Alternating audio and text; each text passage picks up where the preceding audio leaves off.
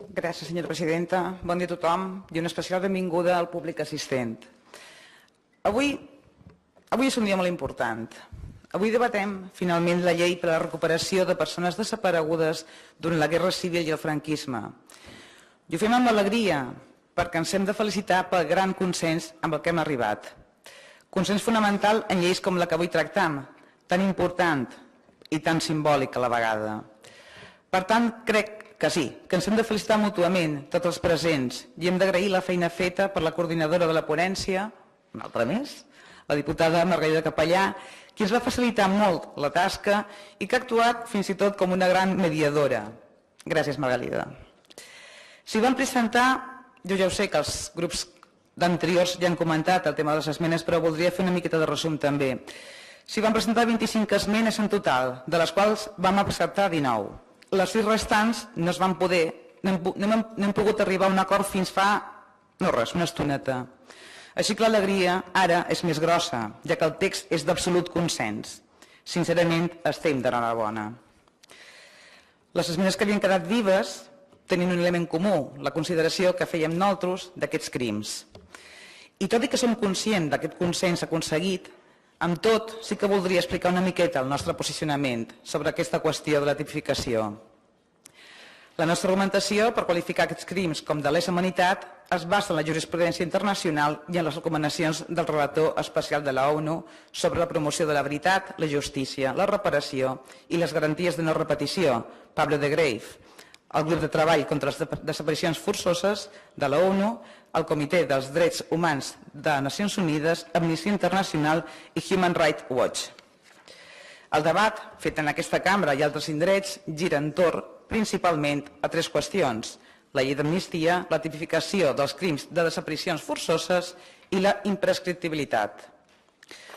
La llei d'amnistia contradiu, entre altres compromisos internacionals, el Pacte Internacional de Drets Civils i Polítics, que va ser subscrit per Espanya el 28 de setembre de 1976 i ratificat el 27 d'abril de 1977, publicat al BOE el 30 d'abril del 77, mentre que la llei d'amnistia va ser aprovada per les Corts el 15 d'octubre de 1977, 6 mesos de diferència.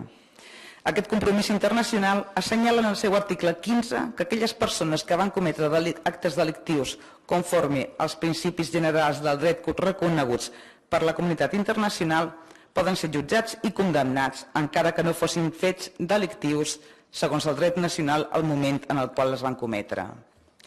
Cal recordar que l'estat espanyol es va comprometre a una cosa en l'àmbit internacional i va establir una llei que operava en sentit contrari. Per tant, si l'escull que s'ha de superar és la llei d'amnistia, s'ha de dir que els jutges poden declarar la nul·litat d'aquells apartats de dita llei al·legant que incompleixen aquests compromisos i recórrer a normes de dret internacional per investigar els crims de la dictadura. Assenyala el relator especial de l'ONU, Pablo de Greiff, en el seu informe sobre Espanya, que no hi ha res en la llei d'amnistia vigent que impedeixi expressament el desenvolupament de recerques pels crims de la dictadura. D'aquesta manera, el senyor Pablo de Greiff remarca que l'article 6è d'aquesta llei estableix que l'amnistia determinarà, en general, l'extinció de la responsabilitat criminal derivada de les penes imposades o que es poguessin imposar en caràcter principal o accessori.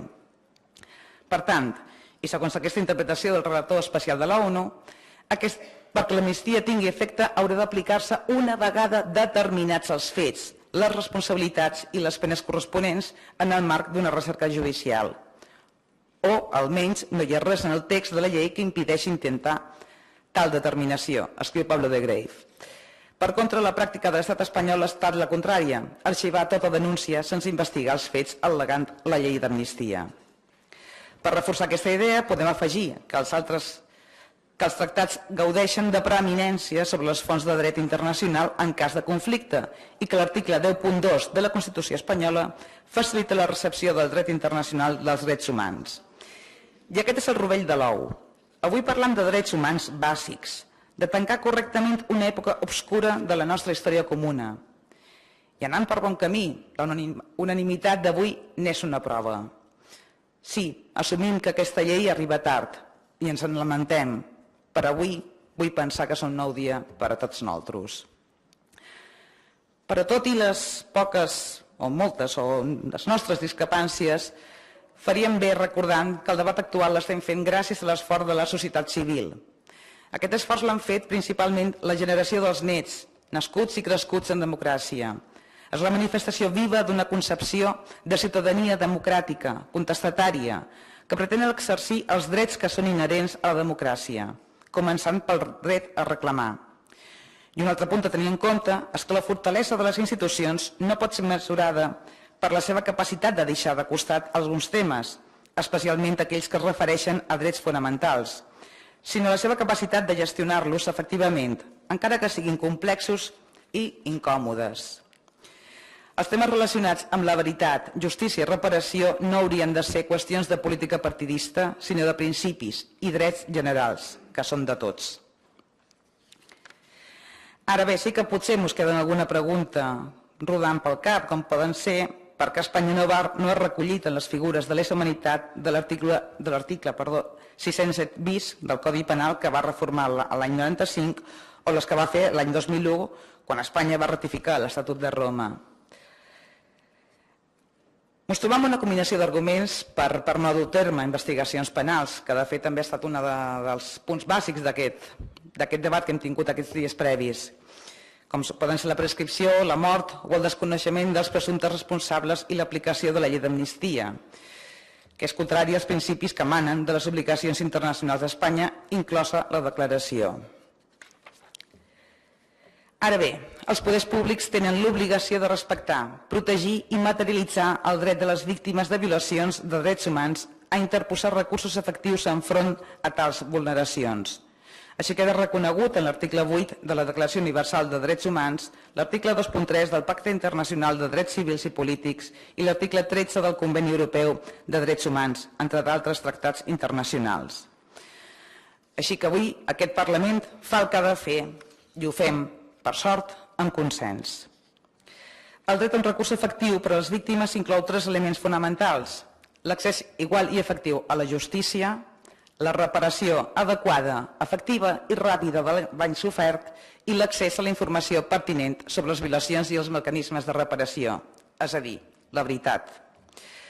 Així es constata en el que ara per ara és el referent normatiu principal en la matèria, el conjunt de principis i directrius bàsics sobre el dret de les víctimes de violacions manifestes de les normes internacionals de drets humans i de violacions greus del dret internacional humanitari a interposar recursos i obtenir reparacions, adoptats per l'Assemblea General de Nacions Unides a través de la seva resolució 60/147 de desembre de 2005. Avui volia acabar la meva intervenció amb un poema d'en Thomas Hardy que es titula Els oblidats, però veient el consens que hem obtingut crec que no fa falta. El que sí que fa falta és agrair a totes aquelles persones que han fet possible que avui aquest Parlament aprovi aquesta llei tan necessària. Les entitats memorialistes, els familiars que sempre han lluitat per aconseguir-ho i, clar que sí, també, els grups parlamentaris avui presents que ho hem fet possible. Moltes gràcies.